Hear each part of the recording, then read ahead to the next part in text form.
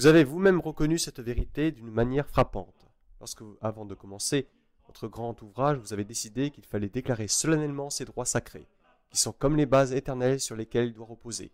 Tous les hommes naissent et demeurent libres et égaux en droit. La souveraineté réside essentiellement dans la nation. La loi est l'expression de la volonté générale. Tous les citoyens ont le droit de concourir à sa formation, soit par eux-mêmes, soit par leurs représentants librement élus. Tous les citoyens sont admissibles à tous les emplois publics, sans aucune autre distinction que celle de leur vertu et de leur talent. Voilà les principes que vous avez consacrés.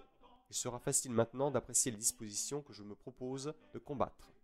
Il suffira de les rapprocher de ces règles invariables de la société humaine. Or, la loi est-elle l'expression de la volonté générale, lorsque le plus grand nombre de ceux pour qui elle est faite ne peuvent concourir en aucune manière à sa formation? Non. Cependant, interdire à tous ceux qui ne payent pas une contribution égale à 3 journées d'ouvriers le droit même de choisir les électeurs destinés à nommer les membres de l'Assemblée législative, qu'est-ce autre chose que rendre la majeure partie des Français absolument étrangers à la formation de la loi? Cette disposition est donc essentiellement anticonstitutionnelle et antisociale. Les hommes sont-ils égaux en droit lorsque les uns, jouissant exclusivement de la faculté de pouvoir être élus membres du corps législatif ou des autres établissements publics, les autres restent privés en même temps de tous ces droits? Non. Telles sont cependant les monstrueuses différences qu'établissent entre eux les décrets qui rendent un citoyen actif ou passif, moitié actif et moitié passif, suivant les divers degrés de fortune qui leur permettent de payer 3 journées, 10 journées d'imposition directe ou un marque d'argent. Toutes ces dispositions sont donc essentiellement anticonstitutionnelles et antisociales.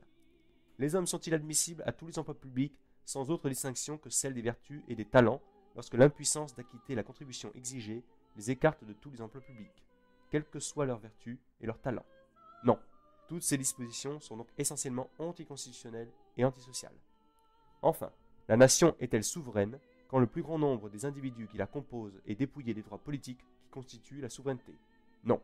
Et cependant, vous venez de voir que ces mêmes décrets les ravissent à la plus grande partie des Français. Que serait donc votre déclaration des droits si ces décrets pouvaient subsister? Une vaine formule. Que serait la nation? Esclave, car la liberté consiste à obéir aux lois qu'on s'est données, et la servitude va être contraint de se soumettre à une volonté étrangère. Que serait votre constitution? Une véritable aristocratie, car l'aristocratie est l'état où une portion de citoyens est souveraine et le reste sujet. Et quelle aristocratie? La plus insupportable de toutes, celle des riches. Tous les hommes nés et domiciliés en France sont membres de la société politique qu'on appelle la nation française, c'est-à-dire citoyens français. Ils le sont par la nature des choses et par le premier principe du droit des gens. Les droits attachés à ce titre ne dépendent ni de la fortune que chacun d'eux possède, ni de la quotité de l'imposition à laquelle il est soumis, parce que ce n'est point l'impôt qui nous fait de nous des citoyens. La qualité de citoyen oblige seulement à contribuer à la dépense commune de l'État, suivant ses facultés. Or, vous pouvez donner des lois aux citoyens, mais vous ne pouvez pas les anéantir. Les partisans du système que j'attaque ont eux-mêmes senti cette vérité, puisque n'osant contester la qualité de citoyen à ceux qu'ils condamnaient à l'exhérédation politique, ils se sont bornés à éluder le principe de l'égalité qu'elle suppose nécessairement par la distinction de citoyens actifs et de citoyens passifs. Comptant sur la facilité avec laquelle on gouverne les hommes par les mots, ils ont essayé de nous donner le change en publiant par cette expression nouvelle la violation la plus manifeste des droits de l'homme. Mais qui peut être assez stupide pour ne pas apercevoir que ce mot ne peut ni changer les principes, ni résoudre la difficulté, puisque déclarer que tels citoyens ne seront pas actifs, ou dire qu'ils n'exerceront plus les droits politiques, attachés au titre de citoyen, c'est exactement la même chose dans l'idiome de ces subtils politiques. Or, je leur demanderai toujours de quel droit ils peuvent ainsi frapper d'inactivité et de paralysie leurs concitoyens et leurs commettants. Je ne cesserai de réclamer contre cette locution insidieuse et barbare qui souillera à la fois et notre code et notre langue si nous nous hâtons de l'effacer de l'une et de l'autre afin que le mot de liberté ne soit pas lui-même insignifiant et dérisoire. Qu'ajouterai-je à des vérités si évidentes? Rien pour les représentants de la nation dont l'opinion et le vœu ont déjà prévenu ma demande. Il ne me reste qu'à répondre aux déplorables sophismes sur lesquels les préjugés et l'ambition d'une certaine classe d'hommes s'efforcent d'étayer la doctrine désastreuse que je combats. C'est à ceux-là seulement que je vais parler. Le peuple, des gens qui n'ont rien, les dangers de la corruption, l'exemple de l'Angleterre, celui des peuples que l'on suppose libres.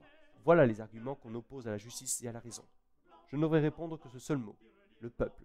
Cette multitude d'hommes dont je défends la cause ont des droits qui ont les mêmes origines que les vôtres.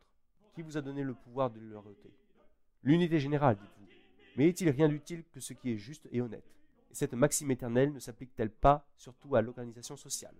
Et si le but de la société est le bonheur de tous, la conservation des droits de l'homme, que faut-il penser de ceux qui veulent l'établir sur la puissance de quelques individus et sur l'avilissement et la nullité du reste du genre humain?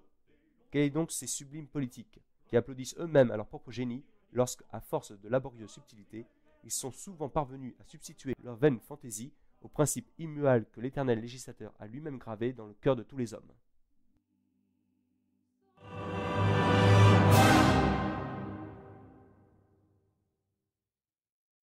Si vous aussi vous avez apprécié cette vidéo et si vous pensez comme Napoléon, l'histoire est un mensonge que personne ne conteste.